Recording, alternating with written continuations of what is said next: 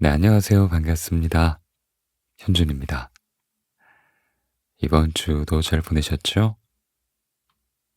이번 주는 참 비가 많이 와서 걱정이 많은 한 주였던 것 같은데, 다음 주엔 부디 비가 적당히 내렸으면 좋겠다는 생각이 드네요. 그래요. 짧지 않은 장마 기간 동안 큰 비 피해는 없었으면 하는 바람입니다. 그래요. 저는 이번 주를 보내면서 좀 이런 생각이 들었어요. 책을 읽는 게 참 어렵다. 아니, 책을 손에 쥐는 게 쉽지가 않다. 한 생각이요. 왜냐면 독서를 방해하는 것들이 제 주변에 너무 많은 것 같아요. 유튜브부터 시작해서 넷플릭스라든지 티빙 같은 그런 OTT들도 많고, 해야 할 것들이 왜 이렇게 많은지 모르겠어요. 할 것들이 많으니까 이 독서가 자꾸 뒤로 미루어지고 책을 손에 쥐기가 쉽지가 않다는 생각이 들었어요. 어쩌면 책 읽기가 아니라 TV 보기, 영화 보기, 재미있는 영상 보기 같은 것들이 더 이 세상의 속도가 맞지 않나. 우리가 원하는 자극에 부합하는 게 아닌가 하는 생각이 들어요. 빠르게 원하는 정보를 습득할 수 있고, 책처럼 노력해서 읽지 않아도 빠르게 재미를 주니까요. 근데요, 그럼에도 책이 주는 기쁨은 분명히 있을 겁니다. 그쵸? 책을 읽을 때 주변의 차분한 분위기라든지 나에게 느껴지는 차분한 감정, 조금 힘들어도 읽기 시작했을 때 몰입감, 아, 내가 사는 세상의 속도가 이렇게나 빨랐구나 하는 알아차림 같은 것들이 있겠죠? 세상의 속도에 젖어 살면 나도 모르게 내 속도를 잊게 됩니다. 내가 어떨 때 여유를 느꼈고 어떻게 살기로 했는지 잊어버리는 거죠. 그저 세상이 좋다고 말하는 것들을 나도 모르게 쫓고 있는 나만 있을 뿐입니다.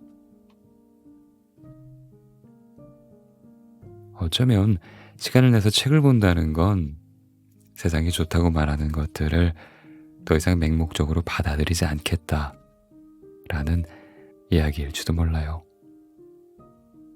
세상이 좋을 거라고 말하는 것들은 되게 우리를 조급하게 만들고 안달하게 만들고 애쓰게 만드는 것들입니다.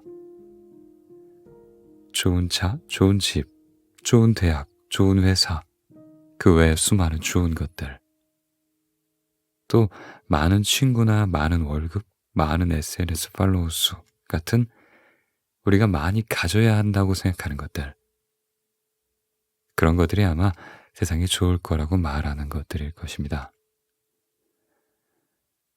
독서는요, 그 빠르게 달리는 세상이란 열차에서 잠시 내리게 만드는 종류의 것이에요. 책을 읽을 때 자기도 모르게 이런 생각이 들지도 몰라요. 아, 뭔가 느려진 것 같다. 느려졌다. 조용하다는 게 이런 거구나. 바쁘지 않게 뭔가를 할 수 있구나. 그동안 내가 어딘가에 휩쓸려 살아왔구나 하는 생각이 들죠.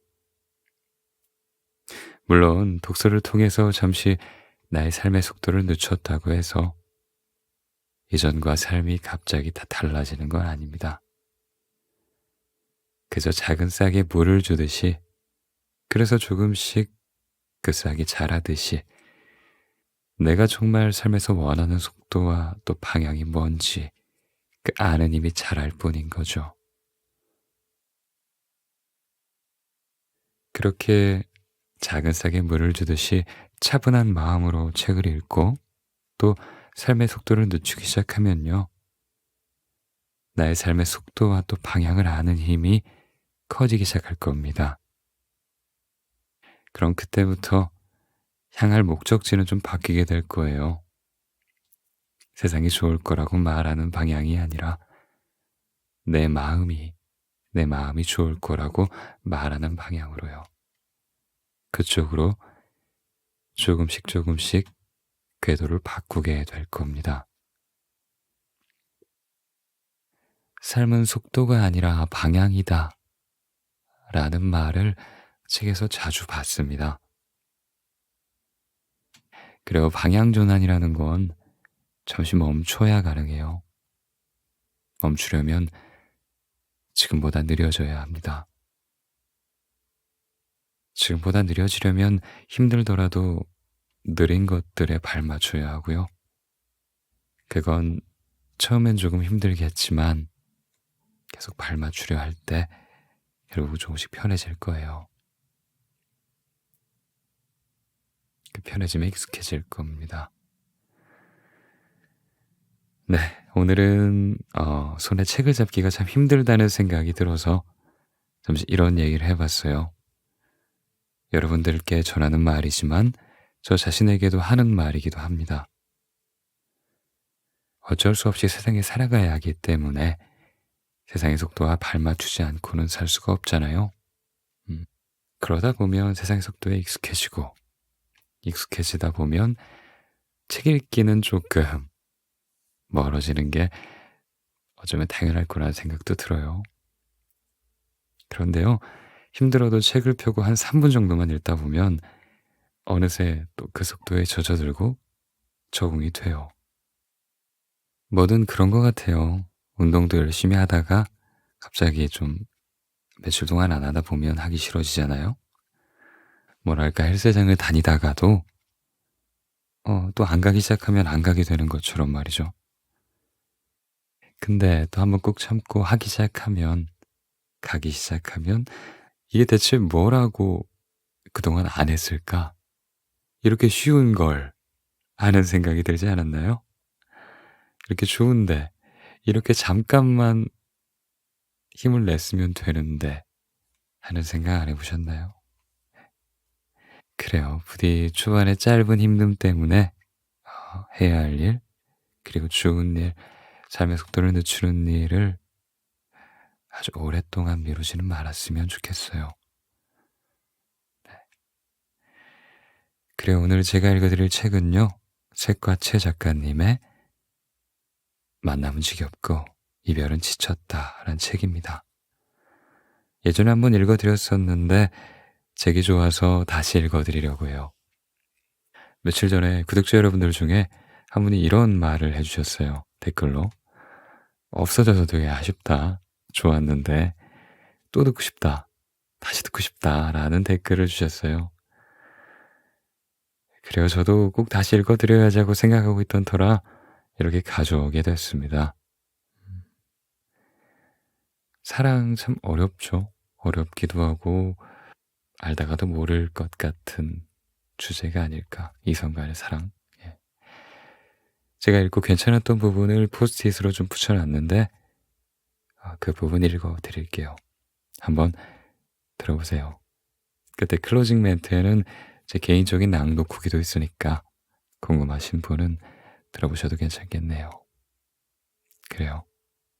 책과 제 산문집 만남은 지겹고 이별은 지쳤다.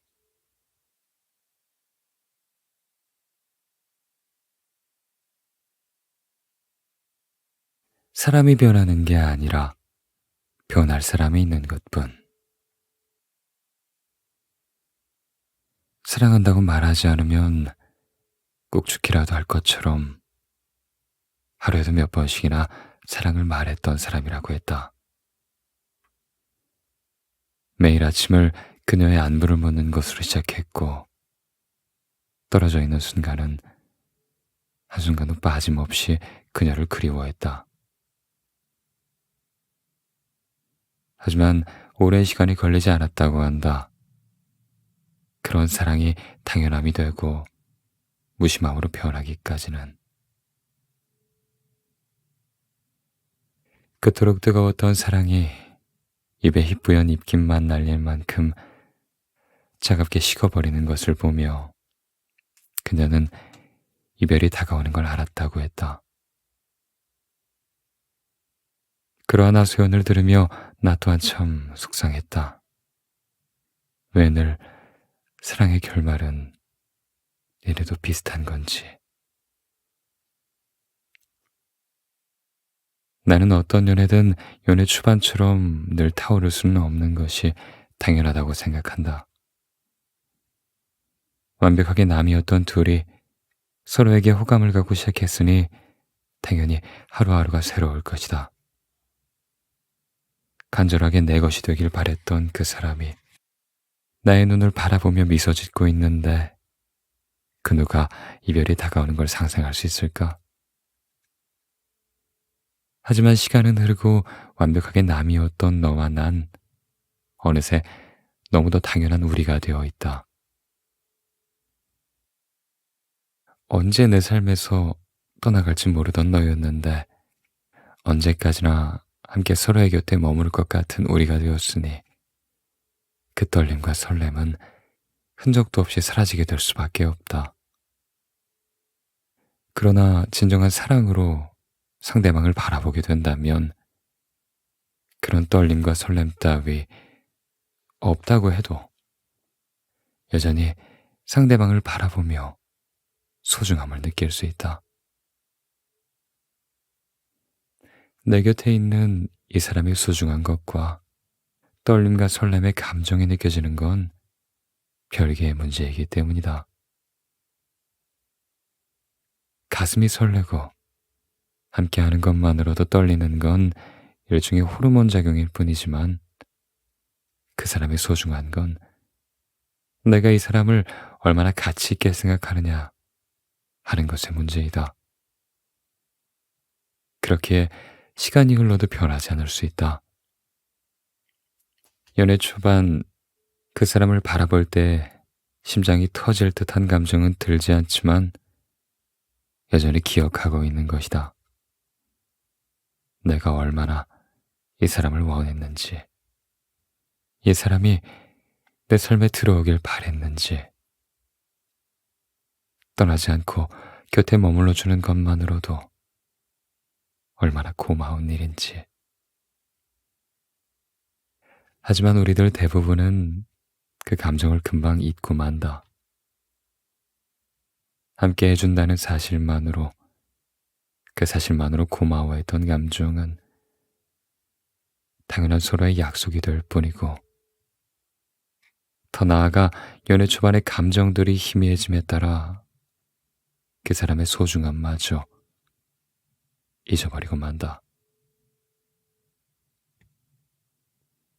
마음이 식은 거라고 이 사람이 나에게 소중하지 않은 사람이니 그때와 같은 감정들이 느껴지지 않는 거라고 착각하게 되는 거다.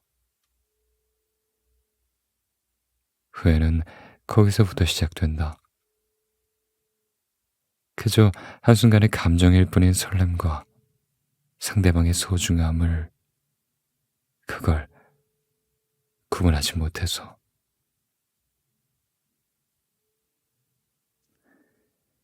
이런 표를 본 적이 있다. 무언가에 관한 소중함을 최대치가 100이라고 친다면 가지기 전엔 80이고 가진 후에는 20. 그걸 잃은 후에는 100이 된다고. 잃은 후에야 그 소중함을 깨우칠 수 있다고. 누구라도 상대방의 소중함을 잊지 않고 살아갈 수 있으면 좋겠지만 애석하게도 그건 힘든 일이다. 그러기엔 연애 초반의 그 떨림이, 설렘이 너무나 강렬하니까. 그래서 난 오랜 시간을 함께하는 연인들을 존경한다. 연애 초반의 감정이 시간의 지남에 따라 사라졌다고 해도 서로의 소중함을 잊지 않았다는 거니까. 그저 마음을 따라가는 것이 아니라 어떠한 종류의 노력을 통해 인연을 더 끈끈하게 가꾸는 사람들이니까. 그러니까 너무 지금 당장의 이별에 아파하지 않았으면 좋겠다. 사람이 변하는 게 아니라 그 사람이 변할 사람이었던 거다. 그리고 어딘가에 분명 있을 것이다. 시간이 흘러도 당신의 소중함을 잊지 않을 사람이.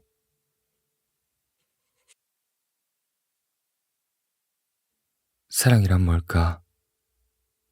관계가 시작되기 전에 설레고 가슴이 두근두근한 그런 마음일까? 그러면 시간이 지남에 따라 설렘은 사라지고 가슴이 뛰게 되지 않으면 그건 사랑이 아닌 걸까? 왜 시간이 지나도 그 사람을 보는 것만으로 여전히 가슴이 뛰고 설렐 수는 없는 걸까? 사랑이란 그저 애초부터 유통기한이 정해져 있고 그 시간이 지나면 버림받아야 할 그런 마음인 걸까? 그건 분명 아닐 텐데. 니마 그 강을 건너지 마오 라는 다큐멘터리 영화가 있다. 백발이 성성한 할머님과 할아버님의 일상과 그들이 사랑을 하는 모습을 담고 그들이 이별하는 순간을 담은 영화다. 함께한 지 몇십 년이 된 부부 사이지만 여전히 서로를 바라보는 눈에는 사랑이 가득했고 행동 하나하나엔 자상함과 배려심이 배어 있었다. 사랑이 그저 심장이 떨리고 설레는 것에서 오는 거라면 할머님과 할아버님의 모습은 무엇일까? 사랑은 이미 온데간데 없지만 부부라는 이름으로 함께하기 때문에 억지로 그렇게 행동하는 걸까? 하지만 그렇게 보기엔 화면 속에서의 두 분의 모습이 너무나도 행복해 보였다. 그렇다. 사랑이란 가슴이 떨리고 마음이 설레는 그런 감정들에서 오는 것이 아니고 그것을 뛰어넘는 무언가로부터 거기서부터 오는 것이기 때문에 그들도 여전히 그런 눈으로 서로를 바라볼 수 있는 거였다. 인터뷰에서 할아버님은 이런 말을 한다. 정확히 기억이 나진 않지만 혼자여서 외롭던 내가 부인이 생기고 가족이 생겼으니 이 얼마나 행복하고 더 바랄 것이 무엇이 있겠느냐고. 다음 생에도 부부로 만날 것이라고. 사랑이란 건 상대방을 소중하게 여기는 마음이 아닐까? 그렇게 조심스레 생각해 봤다. 이 사람으로 인해서 내가 얻은 마음의 평안, 행복 같은 것들. 그 사람이 주었기에 그것들이 그토록 가치가 있고 더욱이 나아가 나를 더 행복하게 만들어준다는 것. 그 때문에 상대방을 더 소중히 여길 수 있게 되는 거. 내가 좋아하는 영화인 노트북의 대사 하나를 더 인용하고 싶다. 최고의 사랑은 영혼을 일깨우고 더 많이 소망하게 하고 가슴엔 열정을, 마음엔 평화를 주지. 난 너에게서 그걸 얻었어. 또한 너에게 그걸 주고 싶었어.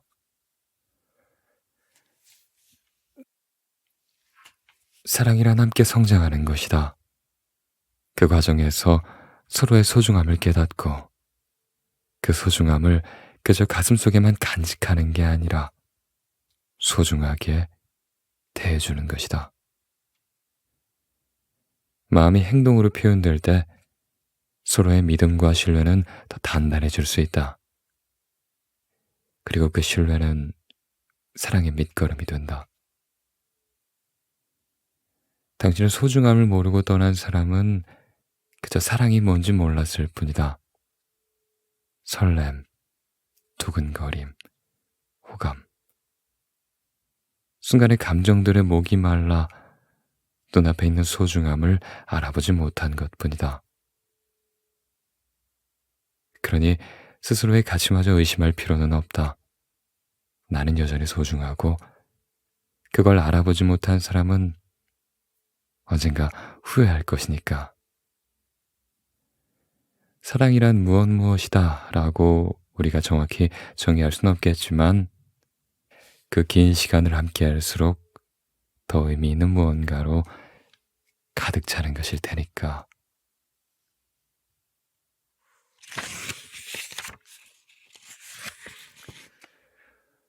후회는 남은 사람의 목. 곁에 있을 때 잘해야 한다. 이별은 함께 걷던 거리에서 나는 멈춰서고 그 사람만 발걸음을 재촉해 앞서가는 일이다. 나는 여전히 여기에 있는데 그 사람은 벌써 저기 먼 발치에 있다. 뒷모습만 덩그러니. 나는 아직 그 자리에 있기 때문에 그 사람의 뒷모습이 보일지 모르겠지만 저기 앞서간 사람에겐 내 모습은 보이지 않을 것이다. 사랑할 때 최선을 다했던 사람은 미련 없이 앞서갈 수 있겠지만 그 자리에 남아서 후회하는 건 곁에 있을 때 최선을 다하지 못했던 사람의 몫일 것이다. 좀 더 다정한 목소리로 이야기할 걸. 사랑한다는 말을 아끼지 말 걸. 웃는 표정으로 눈을 바라볼 걸. 해주지 못했던 것들을 곱씹어도 지나간 시간들은 돌아오지 않고 그저 지나간 시간들에 그랬다면 여전히 손을 잡고 함께 걷고 있을까 상상하는 일밖에 할 수가 없다. 그 사람이 내 곁에 있는 순간은 매 순간의 기회다. 함께할 미래를 그릴 수 있는 기회. 그 사람이 떠나고 후회하며 상상만 할 수 있는 모든 일들을 실현시킬 수 있는 기회. 매 순간 주어졌던 기회를 너무 쉽게 그리고 허무하게 날려버렸음을 이별하고 나서야 할 수 있다. 함께할 땐 그 모든 것들을 당연한 것으로만 여겼기에 기회라고 생각하지 못했을 것이다. 하지만 생각보다 이별은 너무 쉽고 떠나간 사람이 돌아오는 건 너무나 어렵다. 아무런 미련 없이 성큼성큼 걸어가는 사람이 그런 사람이 원망스러울 수도 있겠지만 그건 사랑할 때 최선을 다했던 사람의 특권이다. 자신이 할 수 있는 모든 걸 다했으나 그만큼의 마음을 주고받지 못했다면 그 사람은 더 큰 사랑을 받을 자격이 있다. 사랑은 받는 것이 아니라 주는 것이다. 받으려고 애쓰는 것이 아니라 서로 주려고 애쓰다 보면 어느새 함께 주고받고 있게 된다. 주기만 하던 사람이 언제까지고 그것을 주기만 할 수는 없다. 주는 만큼 받을 수 있는 사람에게 가게 될 뿐. 왜 후회는 모든 것이 끝나야만 느낄 수 있을까? 끝나기 전에 후회할 수 있다면 모든 것이 바뀔 수 있었을 텐데. 기회가 떠나기 전에 기회라는 걸 알 수 있었다면 진작 잡았을 텐데. 전하지 못한 마음이 아직도 이토록 많은데. 전하지 못한 마음을 가슴에 담아두고 살아간다는 건 누군가가 내 곁을 떠났어도 여전히 그리워할 수밖에 없다는 걸, 그걸 의미하는 걸지도 모르겠다. 그리움이란 건 그렇게 전하지 못한 마음들에서 비롯되는 마음인가 보다.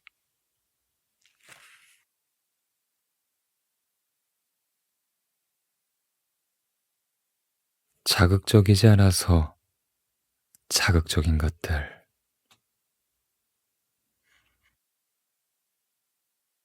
이상할 정도로 힘든 사랑만 자처하는 사람들이 있다. 자신에게 호감을 보이는 사람은 벽을 쌓고 거리를 두고, 거리를 두는 사람에게 더 끌리는 그런 유형의 사람들. 사람을 물건으로 비유하는 건 적절하지 않겠지만, 굳이 비유하자면 언제든 손 닿는 거리에 있어 가질 수 있는 것보다 가질 수 없는 것들에 더 강한 욕구를 느끼는 사람들일 것이다.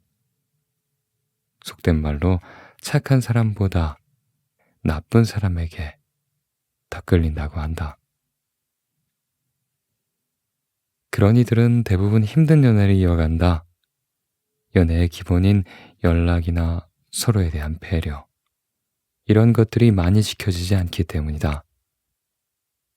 하지만 그런 점들 때문에 오히려 상대방에게 호감을 느끼게 된다는 것이 어쩔 땐 참 웃기다. 자신을 좋아하고 마음을 헌신하는 사람이 그런 연애를 이어가는 것에 있어 기본적인 것들에 소홀할 일은 없다. 그렇기에 그런 사소한 것들에 대한 서운함이 따로 쌓이지 않게 되는데, 그것이 일종의 고마움으로 작용하는 것이 아니라 그저 당연한 것이기에 별 감흥을 느끼지 못하게 된다. 하지만 그런 부분에서 문제를 만드는 사람과 계속 만남을 이어가면 거꾸로 애가 타면서 그 사람에 대한 간절함이 커지는 것이다. 굳이 설명을 해보자면 감정적으로 요동침이 없는 만남보다 시시각각 감정적 요동이 있게끔 해주는 사람에게 더 호감을 느낀다고 볼 수 있다. 그런 모든 과정들이 연애를 이어가는 것에 있어서의 일종의 재미로 작용한다고 조심스레 추측해보고 싶다. 하지만 그것도 잠시뿐, 결국엔 그런 과정들에 지쳐가고 마지막엔 그 사람의 그러한 점들 때문에 이별을 맞이하게 된다.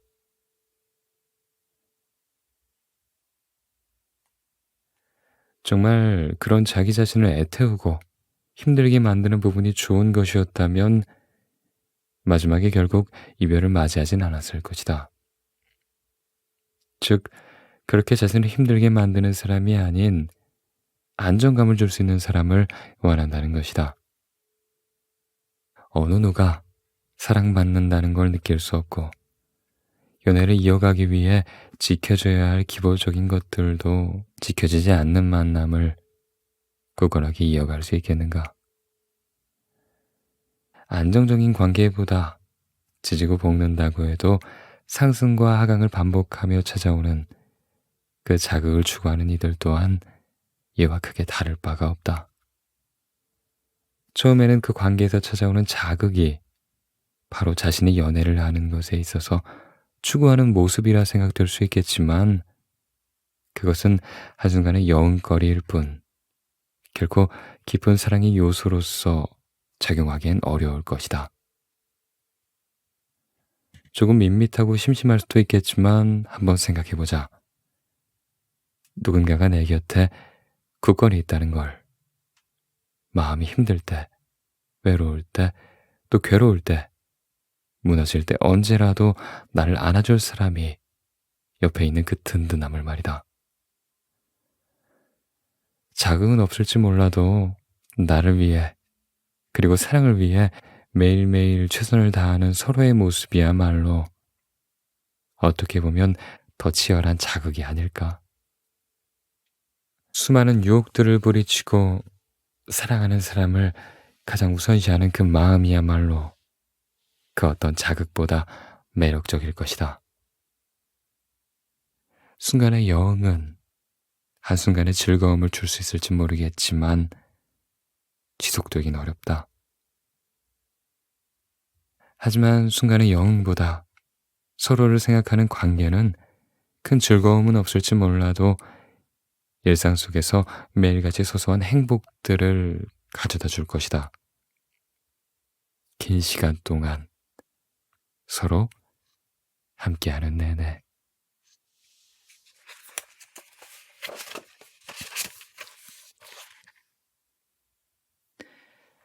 99%의 인연을 만나는 일에 대하여 거의 모든 연인은 성격 차이 때문에 헤어진다. 연애를 시작하기 전엔 사실 상대방의 성격 같은 건 그렇게 중요하지 않다.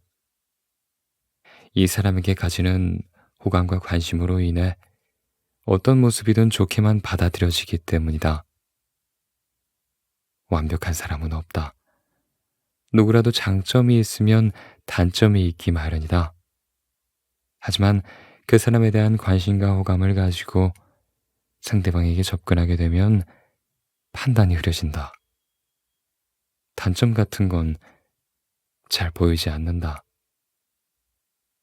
일명 콩깍지에 쓰인다고 한다. 어떤 사람인지 파악하게 되기보다 좋아한다는 마음으로 다가가고 싶을 뿐이다. 하지만 연애를 시작하고 서로에 대해서 자세히 알수록 많은 것들이 변한다. 연인 관계로 발전하길 바라는 간절함이 사라진다.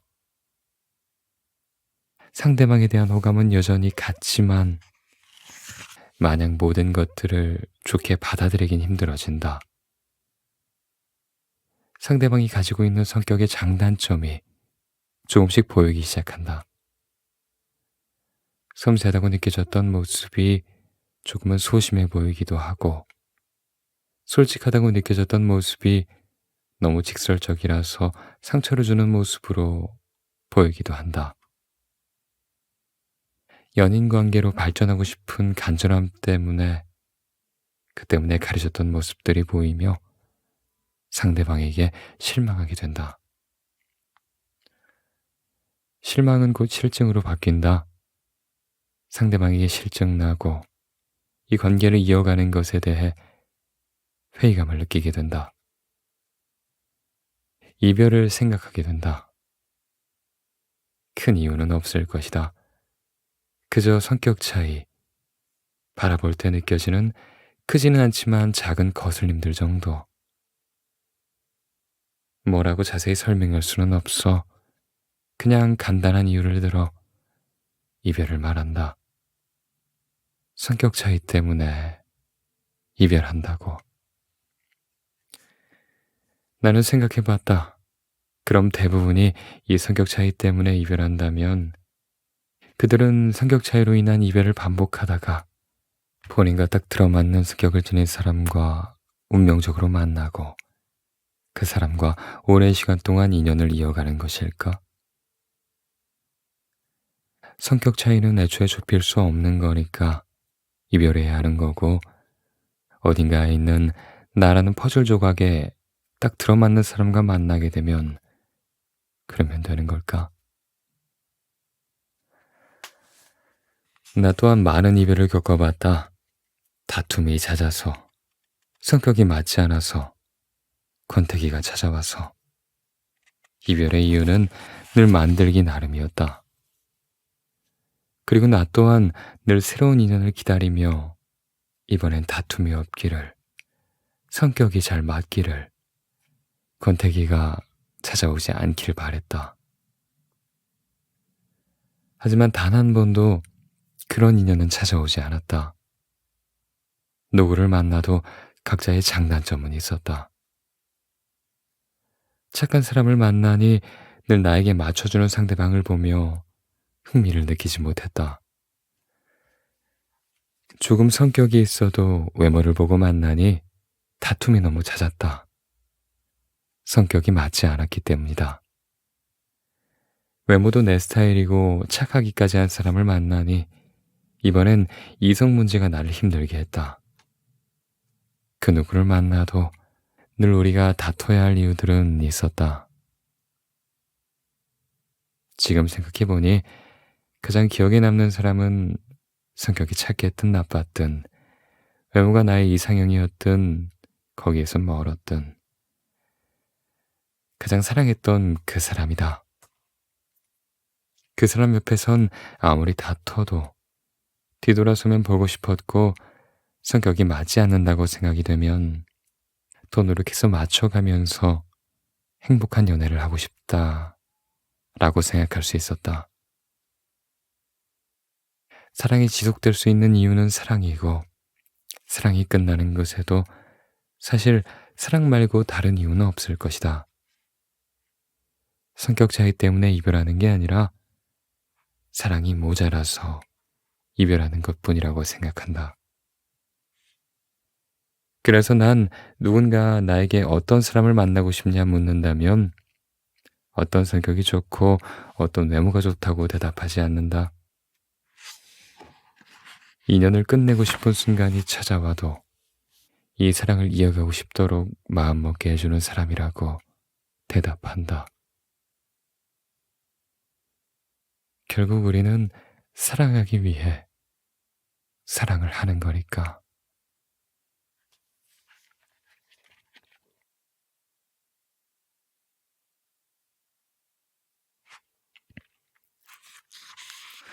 금방 사랑에 빠지고 싶다.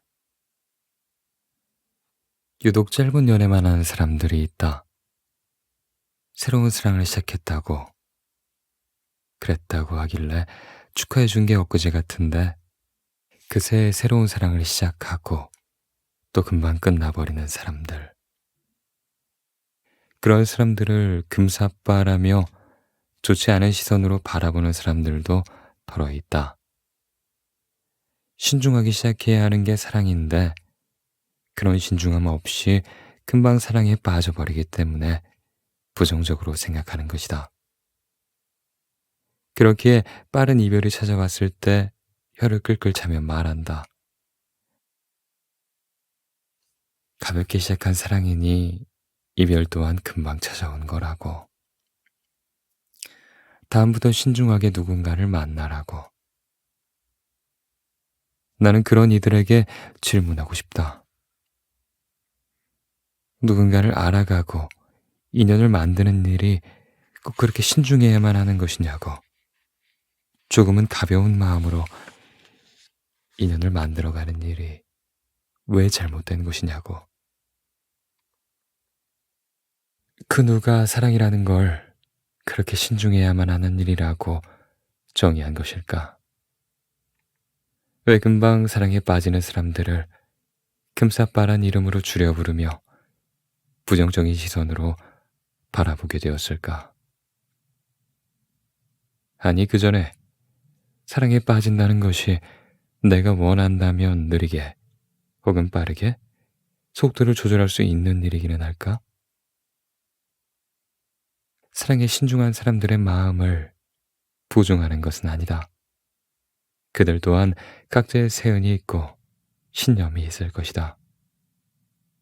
하지만 여기서 문제는 사랑에 신중한 이들은 옳은 것처럼 여겨지고 금방 사랑에 빠지는 건 꼭 옳지 못한 것처럼 표현된다는 것이다. 그건 그저 누군가 순두부찌개를 좋아하고 누군간 파스타를 좋아하듯 개개인의 가치 차이에 불과한 건데 순두부찌개를 좋아하는 건 옳고 파스타를 좋아하는 건 옳지 못해 라고 말해도 되는 걸까? 사랑도 같다. 개개인마다 그 고유의 속도가 좀 다를 뿐이다. 그것은 지극히 개인적인 영역의 차이다. 옳고 그름 같은 건 없다. 사랑에 신중한 이들이 금사빠인 사람들에게 하는 이야기의 근거는 거의 비슷하다. 금방 사랑에 빠져버리니 네가 쉽게 상처받고 힘든 거라고. 나를 보라고. 사랑에 신중하니 더 좋은 사랑을 시작하지 않느냐고. 일리는 있는 말이지만 나는 사랑에 신중하기 때문에 단 한 번도 상처받지 않은 사람을 본 적이 없다. 누구라도 상처받을 수 있다. 왜냐하면 아무리 신중하다고 해도 100%의 확률로 좋은 사람을 만날 수는 없기 때문이다. 나는 오히려 주변에서 사랑의 속도가 좀 빠른 이들이 시행착오가 조금 있긴 해도 그 실패를 겪으며 더 성장하는 모습을 많이 보았다. 그리고 반대로 신중한 이들은 사랑에 상처받을수록 움츠러들며 더 외로워지는 모습을 많이 보았고, 사랑에 신중한 이들을 남으라고 싶은 건 아니지만 나는 어쩔 수 없이 금사빠들에게 마음이 간다. 사랑에 치이고 무너져도 움츠러들고 주춤하는 게 아니라 또 다른 사랑을 찾아 헤매는 그들의 용기가 부럽기까지 하니까 말이다. 용기 있는 자만이 자신이 모아나던 사랑을 찾을 수 있다. 신중함이 사랑에 기여하는 바는 상처받을 확률을 줄여주는 것 정도겠지만 금방 사랑에 빠져버리는 대담함은 여러분의 상처 끝에 지금까지 받아왔던 상처들은 기억도 나지 않게 해줄 사람을, 그 사람을 만나게 해줄 테니까.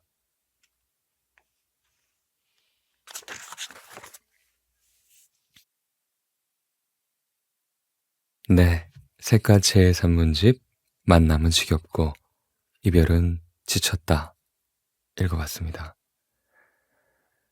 사랑은 하고 싶지만 새로운 시작이 두려운 사람에게 전하는 말이라 하고 하는데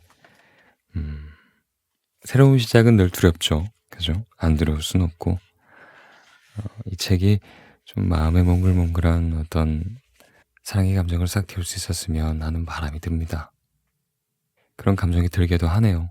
읽어보니까. 네. 그래요. 제가 5곡지를 읽어드렸는데 제가 느꼈던 감정들을 좀 공유해 보려고 합니다.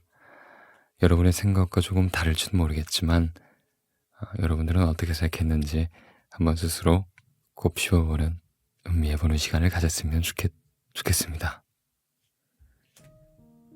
처음 읽어드렸던 사람이 변하는 게 아니라 변할 사람이 있는 것뿐이라는 꼭지죠. 저자는 이렇게 말해요. 어떤 연애든 연애 초반처럼 늘 타오를 수는 없음을 안다. 하지만 연애 초반에 그 가슴 설레고 함께하는 그 떨리는 감정, 그건 일시적인 호르몬의 작용일 뿐이고 사람이 소중한 거 그거로 사랑을 계속할 수 있어 라고 말합니다. 그 사람 자체를 소중하게 여기면 사랑을 계속 이어갈 수 있다는 말이겠죠. 설렘이나 떨림은 그저 일시적인 감정일 뿐이고 내가 누군가를 소중히 여길 수 있는 사람인가 아닌가부터 생각해 봐야겠다는 생각이 들었습니다. 네. 그건 약속의 문제겠죠. 신뢰의 문제고 내가 어떤 사람인가 하는 것에 대한 문제이기도 하겠죠. 그래요. 2번째 읽어드렸던 후회는 남은 사람의 목. 어떤가요? 저는 이 꼭지가 왜 이렇게 공감이 되는지 모르겠어요. 늘 항상 후회라는 건 이미 모든 게 끝난 후에, 일이 다 정리된 후에 그때 막 드는 감정이라 더 그런 것 같아요. 지독한 슬픔이 될 수도 있고 정말 큰 외로움이 될 수도 있겠죠. 후회는 안 할 수는 없겠죠. 후회가 없을 수는 없을 겁니다. 하지만 그렇게 될 걸 알면서 미련하게 행동하진 말아야겠다는 생각이 듭니다. 내가 후회할 걸 뻔히 아는데 아무런 대비도 하지 않고 마음 가는 대로 행동한다는 건 미래의 나에게 크게 미안할 짓을 하는 행위일지도 몰라요. 잘 한번 그런 순간이 올 때마다, 그런 순간순간마다 깊이 고민해 봐야 될 문제가 아닌가 생각해 봅니다. 네, 3번째 꼭지였죠. 자극적이지 않아서 자극적인 것들. 보통 그런 말 있죠. 나는 착한 남자보다 나쁜 남자한테 더 끌려. 이 말이 어떤 뜻인가 하니 나쁜 남자라고 하면 나를 좋아하지 않는 사람 정도로 해석하면 될까요? 그러니까 나를 좋아하지 않고 매력적인 사람이겠죠? 이 사람이 나를 좋아해 줬으면 하는 그런 마음에서 그런 사람들에게 더 끌리는 거 아닐까요? 남자를 여자로 바꿔도 나쁜 여자에게 끌려라는 말은 잘 안 하지만 이 사람이 나랑 만날 것 같진 않은데 좀 그만큼 매력적인데 '나랑 좀 만났으면 좋겠다.' 하는 마음에 이렇게 애타는 마음, 애달픈 마음 그 정도로 해석하면 될까요? 근데 사실 그런 사람하고 만난다고 해도 그 행복감이 계속 이어지지는 않을 거예요. 그쵸? 결국 사랑은 신뢰의 관계니까요. 그쵸? 매일 이 사람이 날 떠나갈까 불안해하면서 걱정하면서 사는 삶이 되지 않을까 그렇게 생각해 봅니다. 결국 그런 건 사랑이 아니에요. 아닐 겁니다. 잠시의 어떤 동경 같은 거겠죠. 내가 가지고 있지 않은 모습을 갖고 있는 사람을 만났을 때 호기심이 일고 어떨지 궁금하고 하는 그런 감정들이 내게 착각을 주는 게 아닌가 하는 생각이 들어요. 결국 결혼은 보면 비슷한 사람끼리 하는 것 같아요. 안 그런가요? 제 주변엔 다 그런 것 같아요. 성격적으로든 외모적으로든 좀 닮기도 했고 또 그런 사람들이 잘 살고요. 예. 잘 오래오래 살고 행복하게 사는 것 같은 모습을 보여요. 부럽기도 하고 여러 가지 생각들이 듭니다. 네. 그래서 이 곡지가 굉장히 저는 마음에 들었어요. 그리고 네 번째 읽어드렸던 곡지였죠. 99%의 인연을 만나는 일에 대하여. 우리가 사람을 만날 때 정말 나랑 딱 맞다 하는 사람을 과연 만날 수 있을까요? 성격이 나랑 딱 맞고 외모가 정말 내 이상형이고 그런 사람을 내가 만나면 난 정말 행복할 거야 라는 생각을 하지만 세상에 그런 일은 결코 일어나지 않습니다. 만약에 정말로 성격이 나랑 퍼즐을 맞추듯이 딱 맞고 외모도 내가 정말 좋아했던 사람을 딱 만나게 되더라도 그 행복이 끝까지 유지될 거라는 건 환상에 가깝죠. 그런 일은 절대 일어나지 않을 거라고 생각합니다. 네. 행복이란 것 자체가 변하는 거예요. 계속 한결같을 수는 없죠. 물론 성격이 맞으면 좋겠죠. 물론 좀 더 외모가 괜찮다면 좋겠죠. 하지만 그건 일부에 불과한 것 같아요. 더 중요한 건 내가 어떤 사람이냐, 내가 정말 사랑을 할 수 있는 사람이냐, 사랑을 받을 수 있는 사람이냐 하는 것이라고 생각을 해요. 저자도 그렇게 말하고 있고요. 갑자기 이런 말이 생각납니다. 사랑은 서로의 단점을 보듬어 주는 것이다. 예. 그래요. 마지막으로 읽어드렸던 꼭지. 금방 사랑에 빠지고 싶다. 금사빠. 좀 잘 지은 것 같아요. 금방 사랑에 빠지는 사람들을 줄여서 금사빠. 저전에 금사빠를 사람들이 안 좋은 시선으로 보지만 그래도 자신은 금사빠를 응원한다고 이야기합니다. 왜 그런 거 아니 사랑에 치이고 무너져도 움츠러들고 주춤하는 게 아니라 또 다른 사랑을 찾아 헤매는 그들의 용기 때문이라고 말해요. 그건 맞는 것 같아요. 용기 있는 자가 미인을 얻는다라는 말도 있죠. 용기. 저에겐 다소 부족한 이야기 같은데 조금씩 조금씩 노력해 봐야겠습니다. 조금씩 조금씩. 한 번에 뭐 큰 걸 하려고 하면 잘 안 되는 거 아시죠? 저도 알고 있습니다. 방법은 사소한 거부터 내가 이 정도는 할 수 있지부터 시작일 겁니다. 예. 그래요. 금사빠든 뭐 사랑에 진지한 사람이든 각자의 방식이 있는 거고요. 순두부찌개를 좋아하는 사람, 김치찌개를 좋아하는 사람, 파스타를 좋아하는 사람, 여러 사람이 있다는 말과 비유도 꽤나 신선했습니다. 네. 그런 사람들이 있듯 사랑에 진지한 사람이 있고 난 금방 사랑에 빠지는 사람이야 하는 사람도 있고 하는 거겠죠.